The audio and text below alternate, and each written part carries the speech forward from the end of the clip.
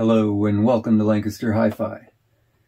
Today we're going to look at the Pioneer SX-990. Hey, if you haven't already, please hit subscribe. It would help me out. Let's take a little look around this receiver.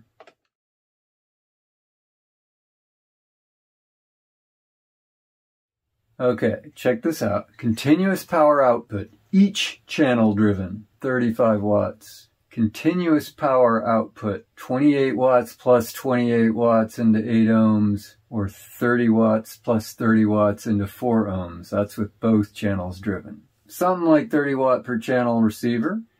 Not top of the line, I think above middle of the line. Wood case, real wood veneer.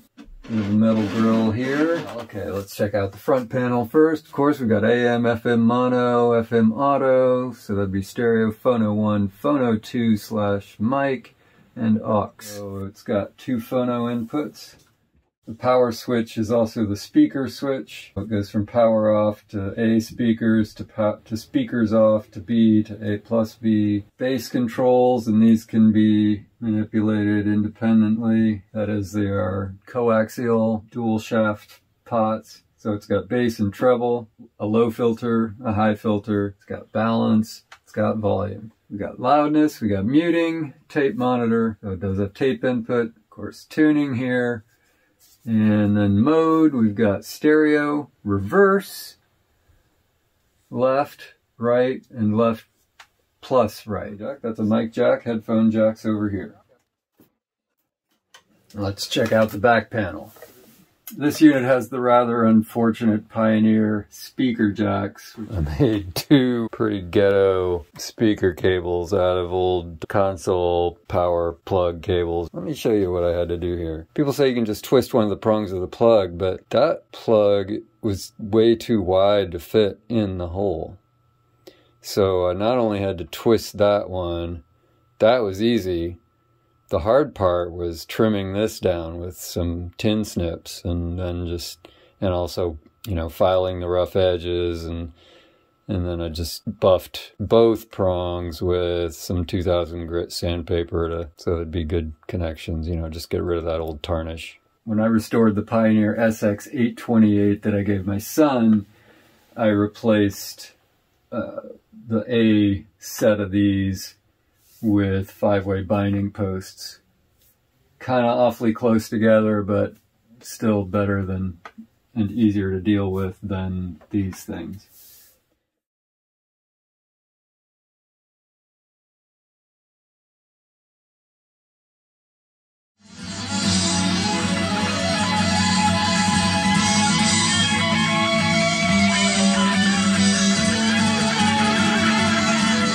Pre-out and main in jacks, and I made these jumpers to go with those. So we've got all the inputs for phono 1. It can either be magnetic or ceramic. Phono 2, just magnetic.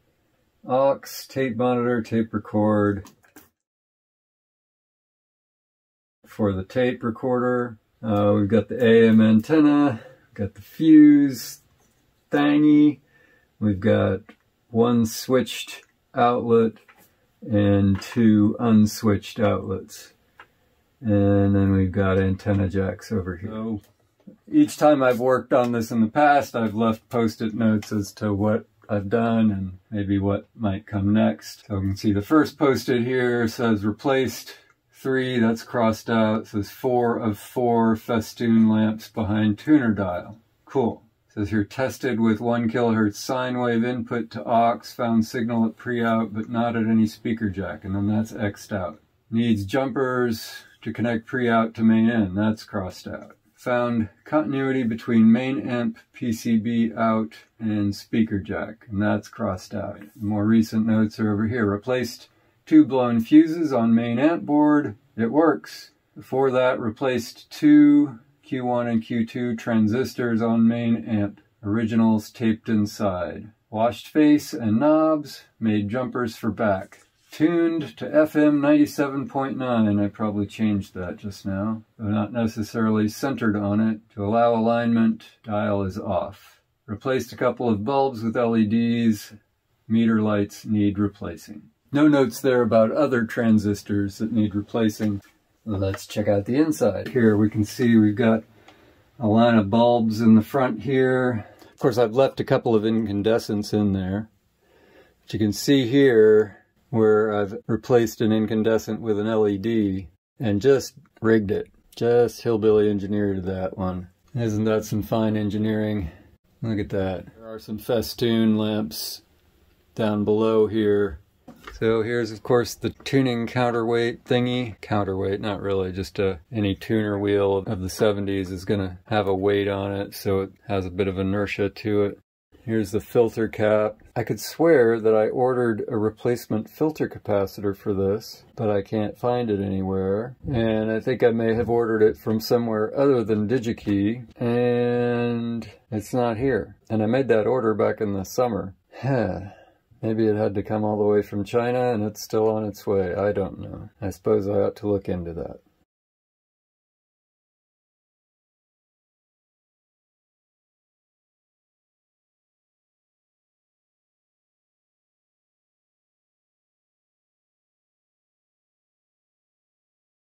Here we got the big old power transformer. Actually, it's not all that big. The power amplifier under this grill here. Under here would at least be the main power transistors. Yeah, 4 of those. The main amp board is in there vertically. You see the air gap capacitor here for the tuners. I forget which one's AM and which one's FM. Yeah, and I don't know what all the other boards are just by looking at them. I've not ordered replacement electrolytic capacitors for this receiver. Generally, that's something that I would do, is replace all the electrolytic capacitors. I did order a bunch of electrolytic capacitors, but not necessarily for this unit. This receiver, if I recall correctly, has a bunch of transistors that are known to go bad. And so I've ordered a bunch of transistors with the idea of replacing all of these little plastic transistors. Maybe not all of them, but at least the ones that are known to go bad. So I was just checking out the situation with the bulbs behind the meters, and those are way over here, and those look like basic incandescents. Now here's a complication. These bulbs are lined up sideways because incandescents shine equally in all directions, but LEDs do not. If I'm going to replace those incandescents with LEDs, I'll need to maneuver the LEDs so that they point towards the front. Probably not so hard to do, but it does look like it's going to be a bit fiddly getting in there. Check it out. I've plugged in the Pioneer SX-990. So the dial pointer is supposed to light up. Mine doesn't, which means I need to replace the bulb in the dial pointer. It's going to require taking a lot of stuff apart. I want to listen to it before I do any work on it. See how it sounds. The other ends of these I stripped and tinned with a little solder, and now they are hooked up to my ADS L730s. To the degree that this receiver sounds good, I think it'll sound good through the ADS speakers. Now, you know what I really ought to be doing is listening to it with no music playing to get that sound floor keyed in, to figure out the level of the sound floor, but gotta go with the music.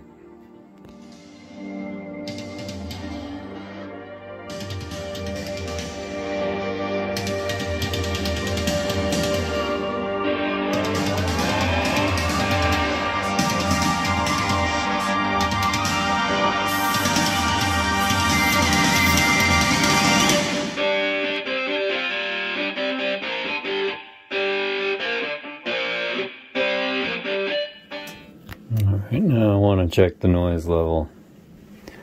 I'm going to turn that volume all the way up.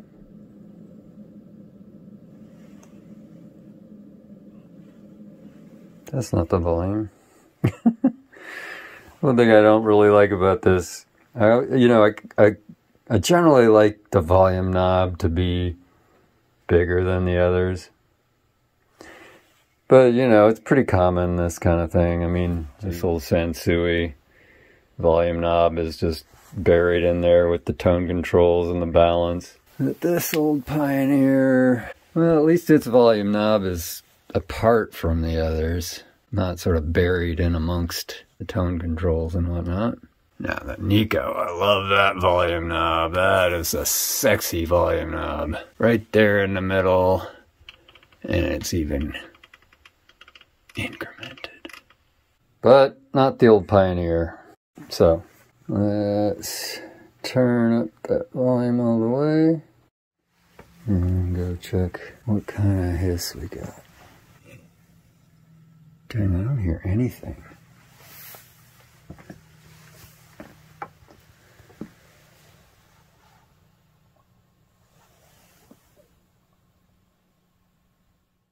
Very faint hiss. That's a pretty nice low noise floor. Don't know that I'm going to be able to improve on that. Well, you know, there's people who say to replace like all the transistors in this thing. Jeez, if it's that quiet, I don't know why I would want to. Am I hearing a hum? No, there's no hum coming out of the speaker. Getting a little buzz from the unit itself. I think you can probably pick that up over the mic. My guess is that's the power transformer.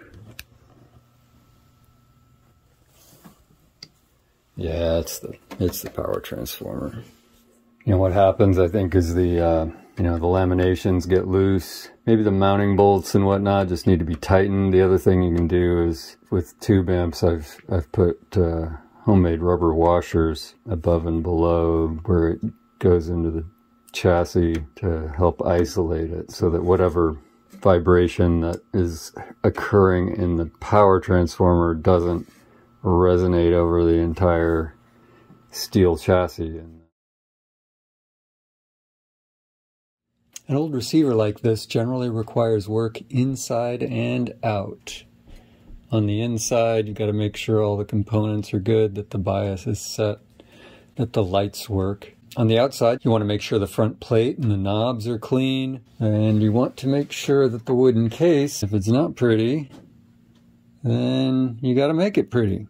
This one is a nice old receiver with real wood veneer. It was looking pretty shabby. There's a Stuff Restore finish that it actually has some stain in it. It's pretty nice for touching up dingy finishes. Thing is, it smells like rotting chemicals. You gotta use it in a ventilated area, and it's cold outside. I don't want to use it outside, or even in the garage.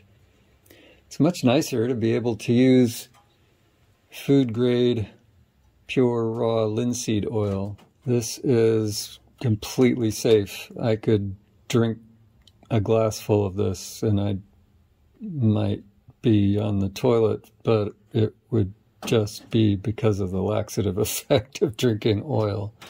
This is nice food grade linseed, otherwise known as flaxseed oil.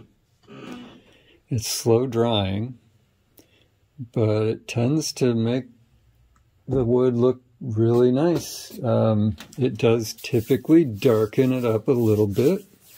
There's some yellow color to the linseed oil, and so it does darken up a bit, but not a whole lot. So I will show some before pictures. I think I've got before pictures of this.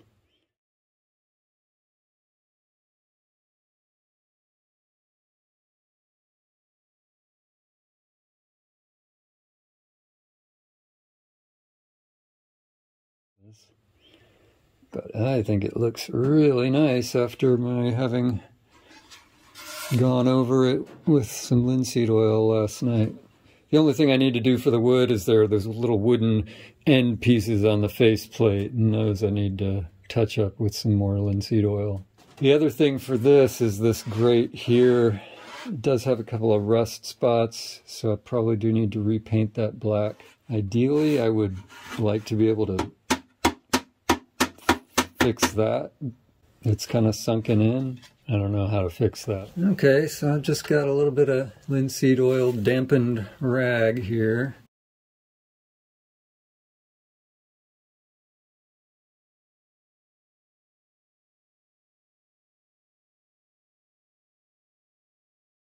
The nice thing about linseed oil is you're not really doing anything that can't be done over again with something else.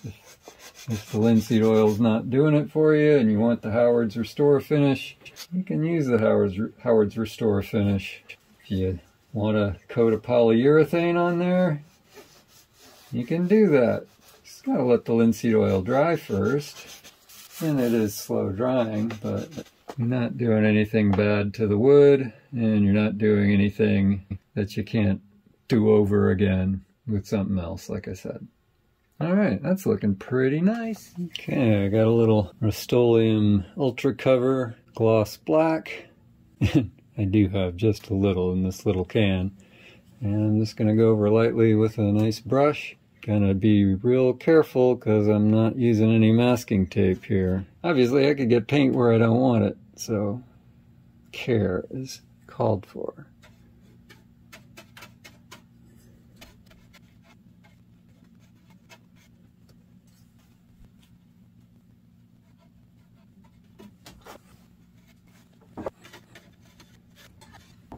Maybe it's obvious, but of course the other trick with painting a grill like this is that you don't want to paint the holes closed. So you really got to go light and stabby. Light in terms of the amount of paint. Stabby. Relatively aggressively stabby. And up at the edges you can really just kind of get those bristles so they're laid down, hugging that surface.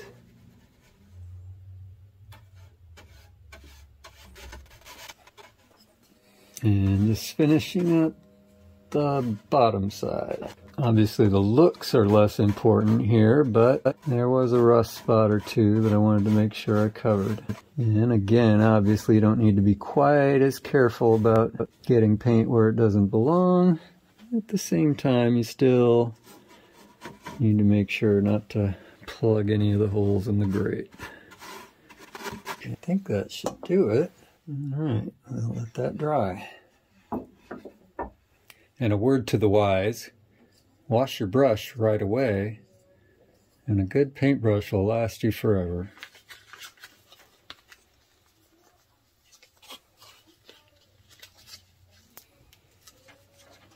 I always keep these. They help keep the form as it dries. The look of the case is nice. The wood looks nice with the oil finish. New paint on the grill looks really nice and shiny.